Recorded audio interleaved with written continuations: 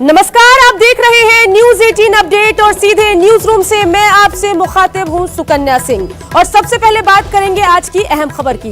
बता दें कि निर्भया के दोषी मुकेश की याचिका को सुप्रीम कोर्ट ने खारिज कर दिया है। सुप्रीम कोर्ट में राष्ट्रपति की ओर से दया याचिका खारिज करने के आदेश को सुप्रीम कोर्ट में चुनौती दी गई थी। सुप्रीम कोर्ट ने अपनी टिप्पणी में कहा कि इस याचिका में कोई मेरिट नहीं है। अब याचिका खारिज होने के साथ ही निर्भया के दोषी मुकेश के पास फांसी से बचने के सभी विकल्प खत्म हो चुके हैं। सुप्रीम कोर्ट ने याचिका खारिज करने के दौरान कहा कि दिल्ली सरकार ने दोषी से जुड़े सारे रिकॉर्ड राष्ट्रपति को भेजा था। राष्ट्रपति ने रिकॉर्ड देखने के बाद दया याचिका खारिज की है। कोर्ट ने कहा जेल में हुआ शोषण, जी हां, दया याचिका को चुनौती देने का आधार नहीं हो सकता।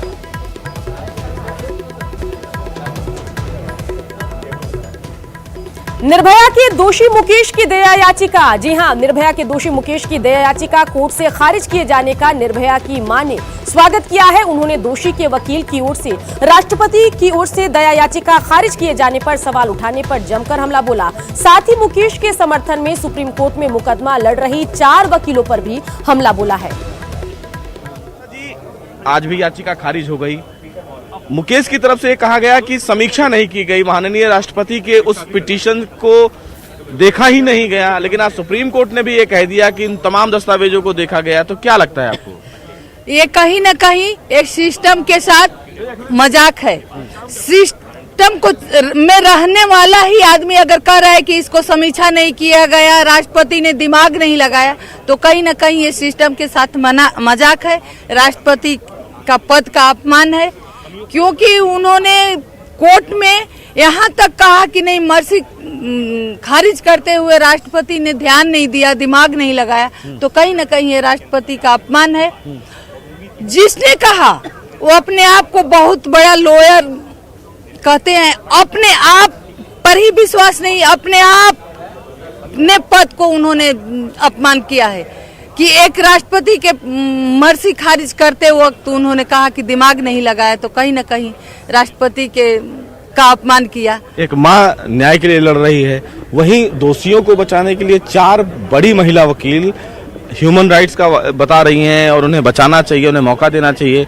आपको लगता नहीं है कि इस पूरे मामले में, इस पूरे मोड़ को कहीं दूसरी तरफ मोड़ा जा रहा है बजाय फांसी देने के? ह्यूमन राइट सिर्फ बलात्कारियों का है, विक्टिमों का नहीं है। तो ऐसे ह्यूमन राइट को सरकार को जांच बैठानी चाहिए कि ह्यूमन राइट के नाम पे अपने ही देश में ये क्राइम करवाते हैं और मुजरिमों को सपोर्ट करते हैं। बड़ा झटका मुकेश को सुप्रीम कोर्ट से। वो तमाम जो विकल्प हैं वो खत्म हो चुके हैं मुकेश की तरफ से, लेकिन अभी और भी जो दोषी हैं उनके पास कानूनी विकल्प बाकी हैं। लेकिन निर्भया की मां का साफ तौर से यही कहना है कि वो आखिरी दम तक इस मामले में लड़ाई लड़ती रहेंगी और अपनी बेटी को इंसाफ दिला के रहेंगी।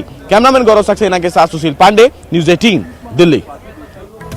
तो निर्भया की मां का क्या कुछ रिएक्शन था वो आपने देखा।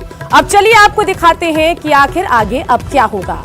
ग्राफिक्स के जरिए आपको दिखा रहे हैं जहां मुकेश की फांसी का रास्ता साफ हो गया है। अब 1 फरवरी को फांसी होगी।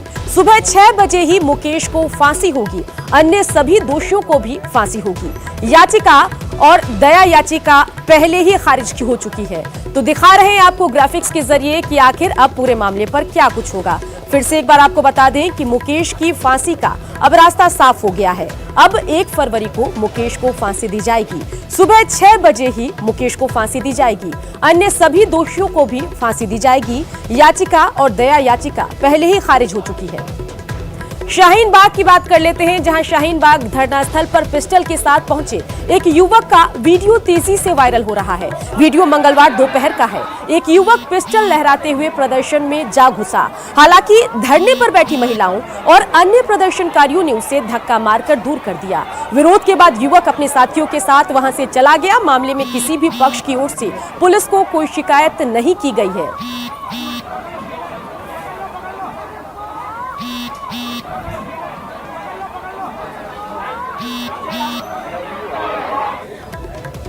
और इन सब के बीच अहम खबर आपको बताएं, जहां उत्तर प्रदेश के मुख्यमंत्री योगी आदित्यनाथ के प्रेस सलाहकार मृत्युंजय कुमार ने प्रशांत किशोर पर निशाना साधा। उन्होंने ट्वीट कर लिखा है कि प्रशांत किशोर, आप जनहित में राजनीति करने नहीं आए थे। राजनीति में व्यवसाय करने आए थे, लेकिन अंदाजा नहीं था कि आप व्यवसाय के स्वार्थ में इतना गिर जाएंगे कि देश हित का भी सौदा करने लगेंगे। सीएए, एनआरसी पर अनपढ़ों की तरह आपकी राय तो यही बताती है।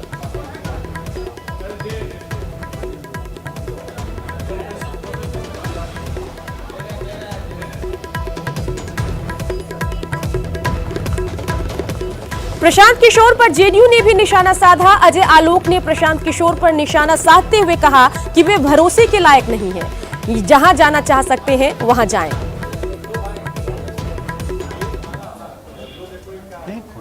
इनको पहचान दी किसी ने तो सबसे पहले नरेंद्र मोदी जी ने 14 में, जब उनके चुनाव का मैनेजमेंट देख रहे थे, वहां से निकाले गए, नीतीश जी के पास आ गए, कहने को हमारे चुनाव का मैनेजमेंट देख रहे थे। महागठबंधन चुनाव जब जीता तो उसकी मार्केटिंग कर करके आज देश भर में आईपैक को अलग अलग पार्टियों के पास ले गए हैं, चाहे शिवसेना हो, चाहे कांग्रेस हो, चाहे आप हो, चाहे डीएमके हो, चाहे ममता जी की टीएमसी हो, सबका काम कर रहे हैं। तो किसकी बदौलत हुआ है ये तो जेडीयू नीतीश कुमार की बदौलत हुआ है। इनका बाजार अब खराब हो रहा है, क्योंकि ये आदमी विश्वसनीय नहीं है। जब ये नीतीश कुमार का विश्वसनीय नहीं हो सका, जब ये नरेंद्र मोदी का विश्वसनीय नहीं हो सका, तो ये आदमी किसका विश्वास पात्र होगा? तो इस आदमी का तो बाजार खत्म हो जाएगा, क्योंकि बाकी जो पार्टियां काम करवा रही हैं वो तो जानेंगी कि कल को एक दूसरे की बात ये इधर से उधर जाके करेंगे। इनका तो कैरेक्टर यही है, इनका बाजार खराब शुरू, लेकिन काउंटडाउन बिगिन। 2015 में जिताने में तो अहम भूमिका, एक पैसे की इनकी भूमिका नहीं थी। प्रचार और होर्डिंग करने से कोई वोट नहीं आता है, ये आप भी जानते हैं, मैं भी जानता हूं। प्रचार, होर्डिंग और सोशल मीडिया पे बकवास करके नारे गढ़ के वोट नहीं आता है। अगर जनता की इच्छा नहीं होगी तो आप नहीं जीतेंगे। इससे गलतफहमी में कोई ना रहे कि ये सीएम और पीएम बनवाते हैं। तो इस आप कहेंगे कि नरेंद्र मोदी को पीएम इन्होंने बनवाया 2014 में। इस आदमी का काउंटडाउन शुरू हो गया है। ये जरूरत से ज्यादा छलांग मारने की नतीजा है, क्योंकि इस आदमी की विश्वसनीयता नहीं है। राहुल गांधी को अपरिपक्व कहता है ये आदमी 1 साल पहले कि प्रधानमंत्री बनने लायक नहीं है, और कांग्रेस पार्टी में धन्यवाद देता है प्रियंका गांधी और राहुल गांधी को सीए के समर्थन में।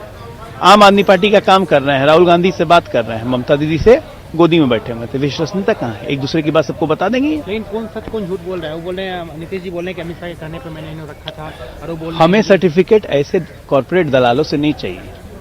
हम बहुत खुश हैं कि कोरोना वायरस हमारे में से निकल गया है। जहां जाना है जाए, क्योंकि ये वायरस जिस शरीर में रहेगा उसी का नाश करेगा। तो बाकी दल सोच लें कि अपना नाश करवाना है तो इनको रखें साथ में। मुझे तो लगता है कि इनका बाजार बंद होने का समय आ गया। तो प्रशांत किशोर पर जेडीयू हमलावर है और तमाम तरह के टैग प्रशांत किशोर को यहां पर दिए जा रहे हैं। कोई कॉर्पोरेट दलाल बता रहा है तो कोई फर्जी आदमी बता रहा है, और इसके अलावा अभी आपने एक बयान सुना अजय आलोक का, जो उनको कोरोना वायरस भी बता रहे हैं। तो क्या कुछ कहा अजय आलोक ने, वो जरा आप देखिए। प्रशांत किशोर का बाजार खत्म है, ये कहना है अजय आलोक का। इस आदमी का काउंटडाउन खत्म हो गया है, ये भी कहा है अजय आलोक ने। इसके अलावा प्रशांत किशोर को पहचानता कौन है, ये प्रश्न उठाया है अजय आलोक ने। साथ ही आपको बता दें कि प्रशांत किशोर को पहचानता कौन है, ये कहना है अजय आलोक का, और उनकी आइडेंटिटी जो है वो नीतीश कुमार से ही थी, और लगातार वो नीतीश कुमार के खिलाफ जो है ट्विटर पर हमलावर थे। इन सबके बीच आपको बताएं कि प्रशांत किशोर पर जेडीयू के राष्ट्रीय अध्यक्ष नीतीश कुमार के बयान के बाद जेडीयू ने साफ शब्दों में कहा है कि पार्टी के फैसले के साथ अगर कोई भी नेता और कार्यकर्ता खड़ा नहीं होता तो उसे पार्टी में नहीं रहना है। वहीं ये भी साफ किया कि नीतीश ने बहुत पहले ही एक राष्ट्रीय चैनल में ये बात कही थी कि प्रशांत किशोर को अमित शाह की अनुशंसा पर पार्टी में जगह दी गई। प्रशांत किशोर को पार्टी में अमित शाह जी की अनुशंसा पर लाया गया है। ये उन्होंने आज नहीं कहा है। जब प्रशांत किशोर जी पार्टी में आए थे और कई तरह के सवाल खड़े हुए थे, उस समय भी नीतीश कुमार जी ने ये बात कही थी। आधिकारिक तौर पर पार्टी का कोई फैसला अगर है तो कार्यकर्ता और नेता सब पर समान रूप से लागू है। जो भी पार्टी के अनुशासन के दायरे के बाहर जाएगा उसे पार्टी में नहीं रहना है। राष्ट्रीय अध्यक्ष जी ने 2 टूक कहा है, और मुझे लगता है इसको समझ पाने में अब किसी को कहीं कोई कठिनाई नहीं होनी चाहिए। और इन सब के बीच न्यूज 18 के कुछ सवाल हैं। बड़ा सवाल है कि 9 महीने तक खामोश क्यों रहे प्रशांत किशोर? विपक्ष के हाथों की कठपुतली बन गए हैं क्या प्रशांत किशोर? पार्टी में रहकर खोद रहे थे जेडीयू की कब्र। तो सवाल है न्यूज 18 के, वो जरा आप देखिए। क्या विपक्ष के हाथों की कठपुतली बन गए हैं प्रशांत किशोर? इसके अलावा अगला सवाल कि पार्टी में रहकर क्या जेडीयू की कब्र खोद रहे थे प्रशांत किशोर? जेडीयू का दरवाजा बंद होते ही अशांत हो गए हैं प्रशांत, क्योंकि ट्विटर के जरिए उन्होंने नीतीश पर हमला बोला। क्या चौतरफा हमले के बाद प्रशांत ने अपना आपा खो दिया, क्योंकि जेडीयू की तरफ से लगातार उन पर हमले बोले जा रहे हैं। बड़बोले प्रशांत की अगली मंजिल क्या होगी, ये भी सवाल बना हुआ है। मोदी विरोधियों के साथ गवाहियों, जी हां, गलबहियां करेंगे क्या प्रशांत किशोर? तो आगे प्रशांत की रणनीति क्या कुछ होगी, ये जानना अहम है। और इन सब के बीच बड़ी खबर आपको बता दें, जहां पटना में अपराधियों की पुलिस को चुनौती। कंकड़बाग इलाके में प्रोफेसर को अपराधियों ने गोली मारी है। टीपीएस कॉलेज के प्रोफेसर है शिव नारायण राम। घायल प्रोफेसर को पीएमसीएच में भर्ती कराया गया है। तो बड़ी खबर आपको बता रहे हैं, जहां पटना में अपराधी बेखौफ नजर आ रहे हैं। एक प्रोफेसर को गोली मारने का मामला सामने आया है। टीपीएस कॉलेज के प्रोफेसर शिव नारायण को गोली मारी गई है। संजय हमारे संवाददाता इसी खबर पर ज्यादा जानकारी के साथ फोन लाइन से जुड़ गए हैं। संजय, लगातार पटना में क्राइम के बढ़ते ग्राफ पर हम चर्चा करते रहते हैं, खबरें आती रहती है। ताजा खबर क्या है, अपडेट क्या कुछ है इस पूरे मामले पर बताइए, प्रोफेसर की स्थिति क्या है? तो कन्या, निश्चित तौर पर देखिए 24 घंटे के अंदर ये दूसरी वारदात है। मंगलवार की रात में भी अपराधियों ने जक्कनपुर थाना क्षेत्र के दुपुलवा इलाके में एक प्रॉपर्टी डीलर को गोली मार दी थी। और अभी घटना कंकड़बाग थाना क्षेत्र के चांदमारी रोड की है।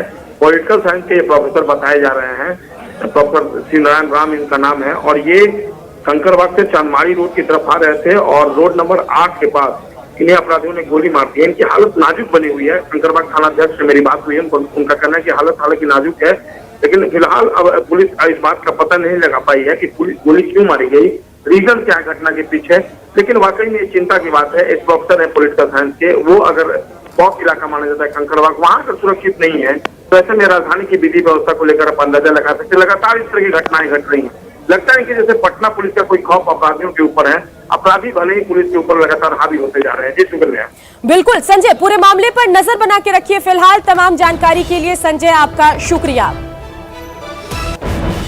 और इन सब के बीच एक और बड़ी खबर आपको बता दें, जहां बड़ी खबर है, बीजेपी में शामिल हो सकती हैं साइना नेहवाल। आज ही बीजेपी में शामिल हो सकती हैं। बैडमिंटन की स्टार खिलाड़ी है साइना नेहवाल। तो बैडमिंटन के क्षेत्र में सिर्फ देश ही में नहीं, विश्व में जाना माना नाम है साइना नेहवाल। और खबर है कि वो राजनीति में आ सकती हैं, बीजेपी ज्वाइन कर सकती हैं। और बता दें कि आज ही उनकी बीजेपी में शामिल होने की चर्चाओं का बाजार गर्म है। बैडमिंटन की स्टार खिलाड़ी साइना नेहवाल बीजेपी में आज शामिल होंगी। बड़ी खबर आपको बता रहे हैं। बता दें कि बीजेपी में शामिल हो सकती है साइना नेहवाल। बैडमिंटन की स्टार खिलाड़ी है साइना नेहवाल, बीजेपी में उनके शामिल होने की खबरें आ रही है। और माना यह जा रहा है कि आज वो बीजेपी में शामिल हो सकती हैं। बैडमिंटन की स्टार खिलाड़ी साइना नेहवाल बीजेपी में शामिल होंगी। ओलंपिक में कांस्य पदक जीत चुकी हैं साइना। बड़ी खबर आपको बता रहे हैं, साइना नेहवाल बीजेपी में आज शामिल होंगी। अभी की बड़ी खबर यही है, जहां बीजेपी में शामिल हो सकती हैं स्टार बैडमिंटन खिलाड़ी साइना नेहवाल। तो लगातार अपने प्रदर्शन से देश का नाम रोशन करने वाली बैडमिंटन खिलाड़ी अब बीजेपी में आज शामिल होंगी, ऐसी खबरें आ रही है। तो बड़ी खबर एक बार फिर से आपको बता दें कि स्टार साइना नेहवाल आज बीजेपी में शामिल होंगी। बैडमिंटन की स्टार खिलाड़ी हैं साइना नेहवाल। और इसके अलावा बताएं कि बैडमिंटन का जाना माना नाम है, कई मंचों पर देश का परचम उन्होंने लहराया है। साथ ही आज से वो पॉलिटिक्स ज्वाइन कर सकती हैं और माना यह जा रहा है कि बीजेपी की मेंबर बन सकती हैं। बता दें कि साइना पहली खिलाड़ी नहीं है जो बीजेपी की मेंबर बनेंगी, बीजेपी में शामिल होंगी।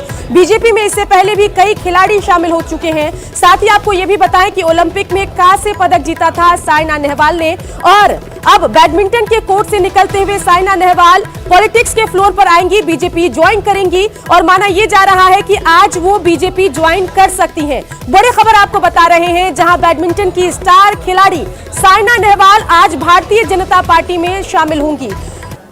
साइना का बैडमिंटन की फील्ड में बड़ा योगदान है, लगातार वो एक के बाद एक प्रदर्शन करती रही हैं। और साथ ही आपको बताएं कि कांस्य पदक भी उन्होंने जीता था। और अब माना यह जा रहा है कि बैडमिंटन के कोर्ट में धमाल मचाने के बाद अब राजनीति के फील्ड में भी धमाल मचाने की तैयारी में है साइना नेहवाल। और आज वो भारतीय जनता पार्टी ज्वाइन करेंगी। जैसा कि हमने पहले भी जिक्र किया कि साइना पहली खिलाड़ी नहीं है जो खेल के बाद राजनीति के कोर्ट में अपना हाथ आजमाती नजर आएंगी। इससे पहले भी कई खिलाड़ी बीजेपी, कांग्रेस के साथ साथ कई पॉलिटिकल पार्टी ज्वाइन कर चुके हैं। और अब आज की खबर बड़ी यही है कि साइना नेहवाल बीजेपी आज ज्वाइन करेंगी। तो स्टार बैडमिंटन खिलाड़ी साइना नेहवाल भारतीय जनता पार्टी ज्वाइन करेंगी। और एक बार फिर से बात बिहार की, जहां बिहार में पोस्टरबाजी की सियासत चरम पर है। आरजेडी और जेडीयू में पोस्टर विवाद लगातार जारी है और अब जेडीयू ने पटना की सड़कों पर आरजेडी के खिलाफ पोस्टर लगाए हैं। पोस्टर में लालू यादव की तस्वीर के साथ लिखा है, लुटता रहा बिहार, संपत्ति अर्जन में मस्त परिवार। पोस्टर में लालू यादव की तस्वीर आपको दिखाई दे रही है, जिसमें वो भैंस पर बैठे दिख रहे हैं। साथ ही पोस्टर में घोटालों की पूरी लिस्ट भी छपी हुई है। यही नहीं, पोस्टर में बोल्ड शब्दों में लिखा हुआ है कि राजा बोला रात है, रानी बोली रात है, मंत्री बोला रात है। ये उस समय की बात है। जेडीयू ने जो पोस्टर जारी किया उसमें लालू के लालटेन युग की कहानी दिखाई गई है। साथ ही बिहार में अंधकार और तस्वीर में लालू को लालटेन लिए हुए दिखाया गया है। बता दें कि साल 2020 चुनावी साल है और इस साल की शुरुआत के साथ ही पोस्टरबाजी का दौर जारी है। और जदयू के बीच छिड़ी पोस्टर जंग में जदयू ने एक नए किस्त के रूप में फिर से एक पोस्टर जारी किया है और इस पोस्टर में लालू प्रसाद के साथ पूरे परिवार पर तंज कसा गया है और यह उस समय को दर्शाया गया है जब लालू राबड़ी की सरकार बिहार में हुआ करती थी। उनका ऊपर में जो स्लोगन लिखा गया है कि लूटता रहा बिहार, संपत्ति अर्जित करने में मस्त परिवार। अब देखिए कि इसमें एक होटवार जो जेल जहां पे अभी लालू प्रसाद यादव हैं उसको दिखाया गया है माइलस्टोन के रूप में और पीछे में लालू प्रसाद यादव के सर पे गठरी है जहां पे जमीन घोटाला, दवा घोटाला, अलकतरा घोटाला, तमाम घोटालों की जो लिस्ट है वो उसके साथ दिखाया गया है और ये बताया गया है कि अभी जो होटवार में है वो इन वजहों से है। उसके साथ साथ आप देखेंगे कि इस पोस्टर की जो सबसे खास बात है कि उसमें एक स्लोगन दिया गया है, एक ढंग से कहें कि छोटी कविता लिखी गई है कि राजा बोला रात है, रानी बोली रात है, मंत्री बोला रात है, या उस समय की बात है। कहने का मतलब ये है कि कुल मिलाकर के ये पूरे परिवार पर तंज कसा गया है जदयू की तरफ से और जैसे जैसे चुनाव नज़दीक आ रहा है ये पोस्टर की जंग और ज़्यादा तेज हो चली है। देखना होगा कि इसका जवाब अब आरजेडी क्या देती है। कैमरा पर्सन नीलमणि के साथ रवि एस नारायण, न्यूज़ 18। चलिए, बुलेटिन के इस सेक्शन में हम बात करेंगे भड़काऊ बयान देने वाले शर्जिल की। जी हां, बता दें कि शर्जिल की गिरफ्तारी और सवाल चक्र में शर्जिल फंसा हुआ है और दोपहर 12:35 पर शर्जिल दिल्ली पहुंचेगा। बड़ी खबर आपको बता रहे हैं, दिल्ली में शर्जिल से पूछताछ भी होगी। पटना से दिल्ली के रास्ते में फिलहाल वो है और कल जहानाबाद से उसकी गिरफ्तारी हुई थी।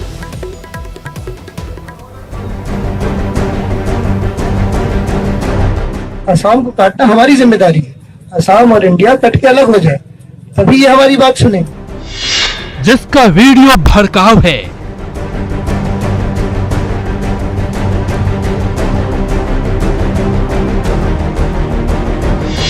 जिसके हर बोल में जहर है, तो अगर हमें असम की मदद करनी तो हमें असम का रास्ता बंद करना होगा फौज के लिए। जो करता है देश तोड़ने की बात, और वो बंद कर सकते हैं क्योंकि चिकन नेक्स्ट मुसलमानों का है। वो जो इलाका है मुस्लिम अक्सरियत है।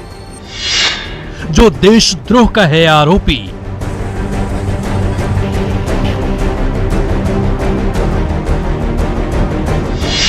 जिसे तलाश रही थी 5 राज्यों की पुलिस,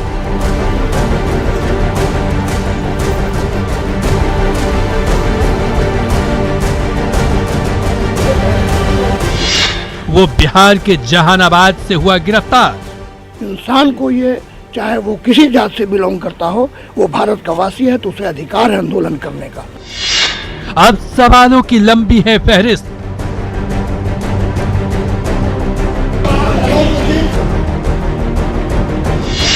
वो अब पुलिस के सामने बोलेगा। इसी गाड़ी को हर राज को खोलेगा।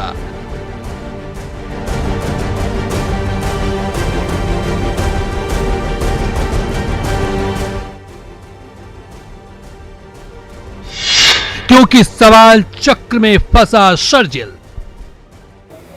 तो कल शर्जिल की गिरफ्तारी हुई और आज वो दिल्ली भी पहुंच जाएगा। लेकिन इन सब के बीच आरा से बीजेपी सांसद आरके सिंह ने शर्जिल इमाम की गिरफ्तारी पर खुशी जताई और कहा कि ये लोग हैं जो देश के टुकड़े टुकड़े करना चाहते हैं और इनकी असल जगह जेल में ही है। ये लोग ऐसे ही हैं जो कि देश को टुकड़े टुकड़े करना चाहते हैं, टुकड़े टुकड़े गैंग। देश के प्रति तो प्रतिबद्धता रहनी चाहिए। देश सर्वोपरि, राष्ट्र सर्वोपरि, और जो लोग देश विरोधी नारे लगाते हैं उनको तो प्रोसिक्यूट होना चाहिए, उनको जेल में रहना चाहिए, जो होगा। और इन सब के बीच आपको बताएं कि सीएए के खिलाफ भारत बंद का कोई खास असर नहीं दिख रहा। जमुई में कई संगठनों के लोगों ने शहर के कचहरी चौक पर सड़क जाम कर प्रदर्शन किया। हालांकि बाजार में दुकानें खुली रही। जमुई में बंद के असर का जायजा लिया संवाददाता कुंदन ने।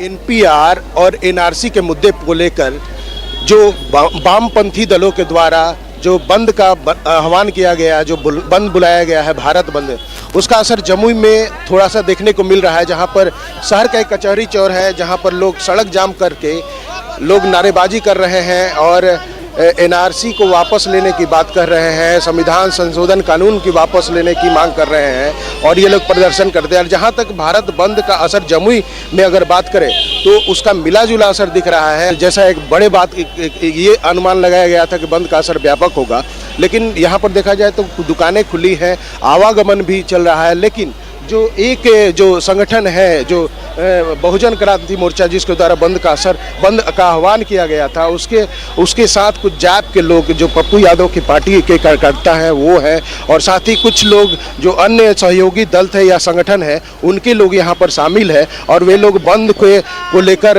यहाँ पर प्रदर्शन कर रहे हैं। लेकिन कुल मिलाकर देखा जाए तो जमुई में वैसा बंद का असर नहीं दिख रहा है। केसी कुंदन, न्यूज़ 18, जमुई। सीएए और एनआरसी के विरोध में भारत बंद का मुजफ्फरपुर में मिलाजुला असर देखने को मिल रहा है। यहां सड़कों पर उतरे बंद समर्थकों ने केंद्र के फैसले के खिलाफ विरोध किया। इस दौरान शहर में काफी देर तक गाड़ियों का परिचालन बाधित रहा। वहीं बंद को प्रशासन भी मुस्तैद लेकर है। बंद को लेकर और पूर्णिया में विपक्ष के भारत बंद का मिलाजुला असर दिख रहा है। सुबह से ही राजद कार्यकर्ता सड़क पर उतरे हुए हैं और बंद को सफल बनाने में जुटे हैं। कहीं जबरन बंद कराया गया तो कहीं समझा बुझाकर बंद कराने की कोशिश की गई।